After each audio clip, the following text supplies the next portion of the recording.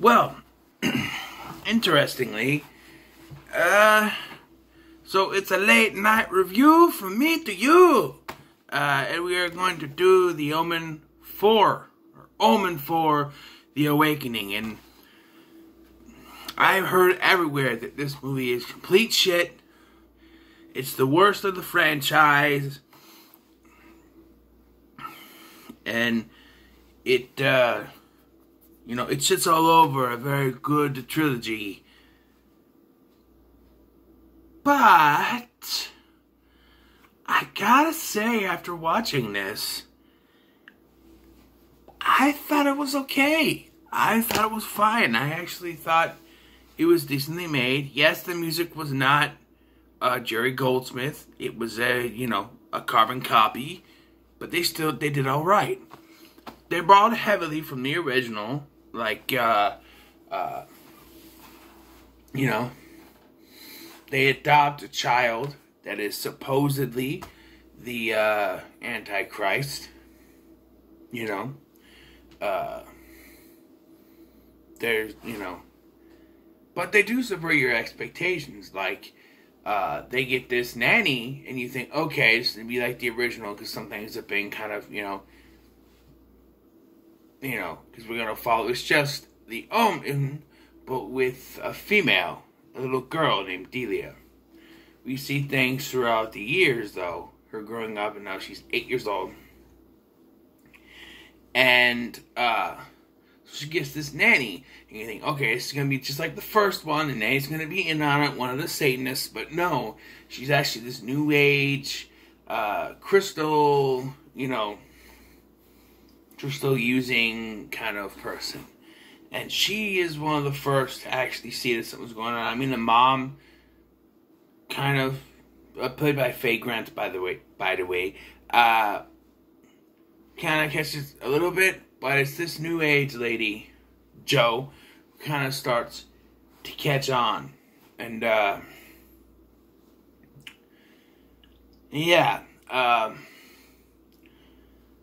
there's some incidents, like Delia, she goes off on this kid at school, and like he says something to her or something, so she starts beating him with her lunch pail, and then she punches him, and then she's told to stay away from him, but then she makes him piss his pants while climbing a ladder, I guess. Embarrasses him. And then she uses her powers to decapitate his father when he's in the car.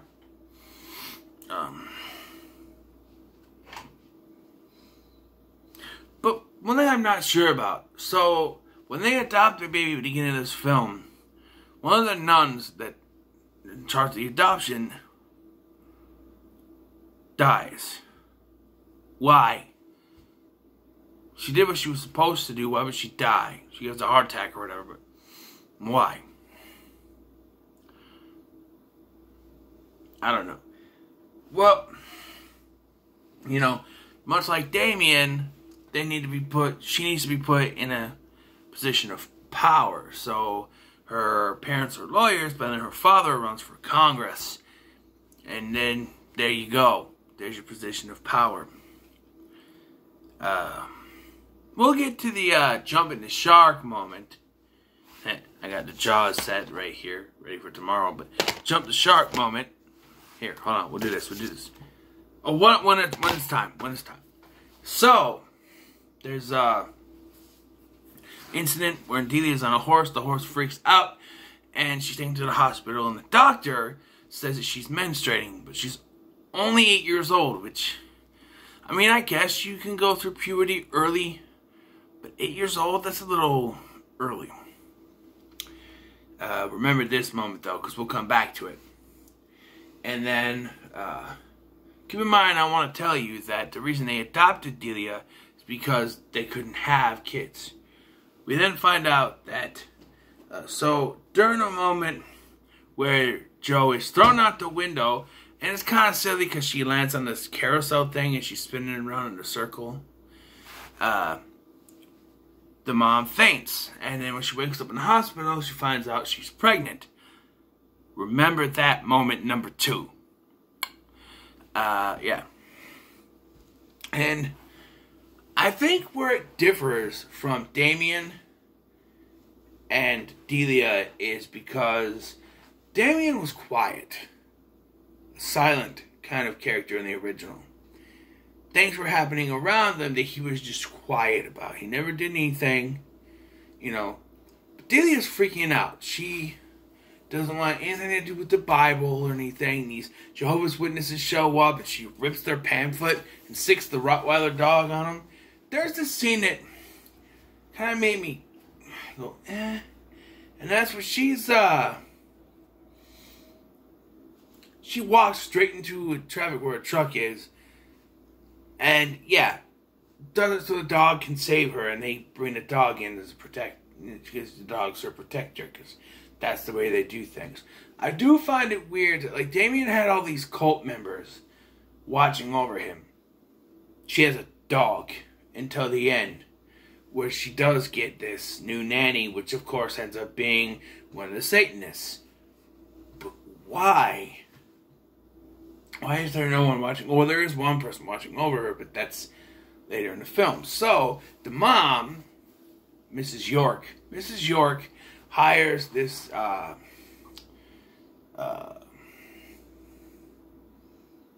private detective to track down Delia's parents. And he's to track down this nun, the only one that's left. He does eventually track her down, and he finds out something that which he mails to her, to Mrs. York, and she ends up looking at it, and she confronts the doctor, and we get this. So she gives birth. It goes process over 9 months, and she gives birth. Now, we are, they're trying to sort of do this as a remake. So during the pregnancy, we're made to believe that Delia hates this baby and is going to try to do something. She doesn't. But Mrs. York is convinced that she's going to. But she doesn't. And we'll find out why when we jump the shark. And we're almost there, folks. We're almost there. But we got to go through this weird kind of moment. Because when the private eye, played by Michael Lerner, pretty good actor in my opinion, like his brother Ken as well. But he goes to talk to this nun. When he shows her, she's in this weird little cult thing where she's surrounded by snakes. And when he shows her the picture, and I mean, it's all about keeping her composure. That's why she's not bitten. But she freaks out, and the snakes freak out. They bite her, they bite him. He gets saved, but she's a bit too much. And he talks to her, and she, says some stuff. And he goes in her trailer and finds the information, which he does send. He can't get home because there's, fog or something stopping him from getting there, a storm or something. So he sends this mail thing, and he goes outside. He feels like he's going to have a heart attack, much like the other people. But no. What we get is my favorite kill of the movie, folks. That's what it is. My favorite kill of the movie. If you're keeping track, my favorite kill of the first movie is "It's all for you, Damien." My favorite kill of the first movie is the skewer to Pete Postlethwaite. That's my favorite kill in the first one. In the second film, it is the, I forgot what it was. It's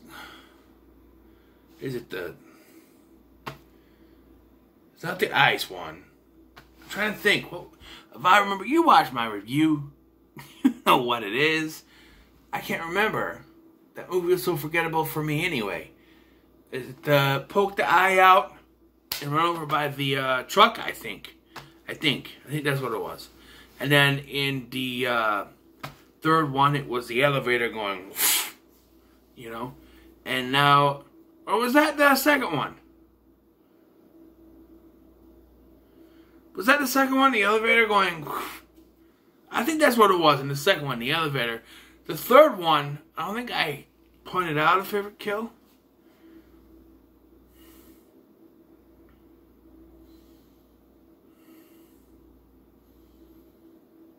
No, I didn't have a favorite kill, but the second one was definitely the So I thought there was a third one. The third one, I don't know, but this one, Michael Lerner's killed because he's walking outside, right? And you hear the carolers in the background singing, hark the herald angels sing, glory to the newborn king. And as they're singing, he's starting to feel weird. And eventually, their holy singing starts to turn dark, like the score. Oh, hey, lily, ooh. And then he turns the corner, and these Christmas carolers are now demonic looking, singing the score. Oh, hey, ooh, hey, and it's just like one of the freakiest moments. But it don't end there, folks. Oh, no. He runs. It's away from those guys, right? And he goes across the street where they're doing construction. And this is foretold to him. He's being told that this is going to happen because he looks in the window earlier and sees this little construction thing. So he is told, he's warned. He doesn't listen. This construction stuff goes through a building and gets to him and just kills him. Fantastic. So eventually, Mrs. York gets the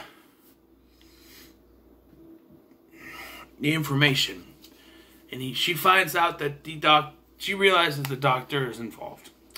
There's this thing earlier in the film, and one of her husband's colleagues was also involved, but it doesn't really go anywhere.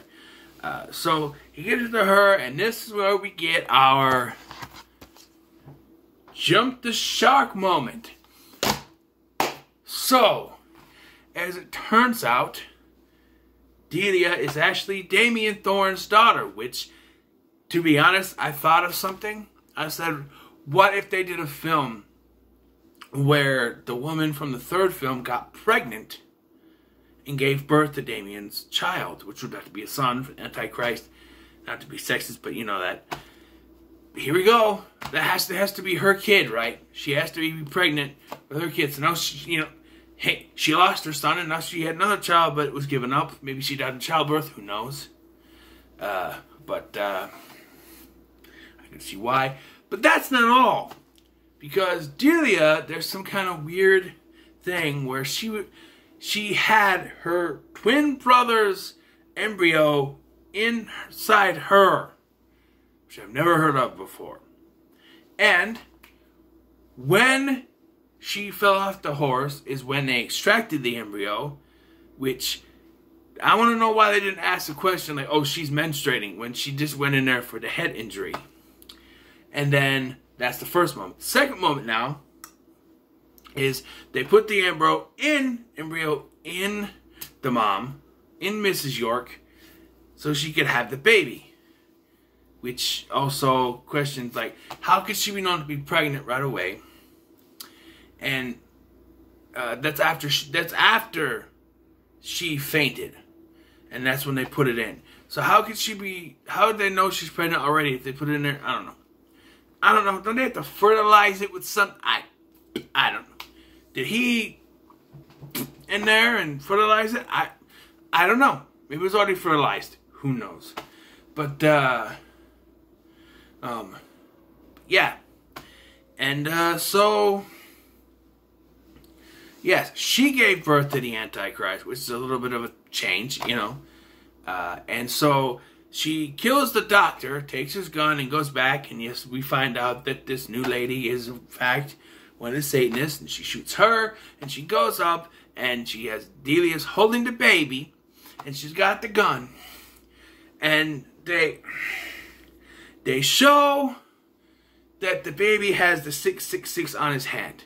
Now, Damien had it in the back of his head, his hair covering it. That's in plain fucking sight. Someone's going to see that. Why? Why would it be there? Why did they not notice it till now? That's what I want to know. But, according to Wikipedia, she kills herself. But I think that Delia willed her to do it with the dark magic. And then we cut to her funeral, which, of course, this ends with the funeral scene being sort of a remake of the original. And they walk on what looks like an inverted cross. And they show the inverted cross a lot in this film, even though it's not actually a symbol of...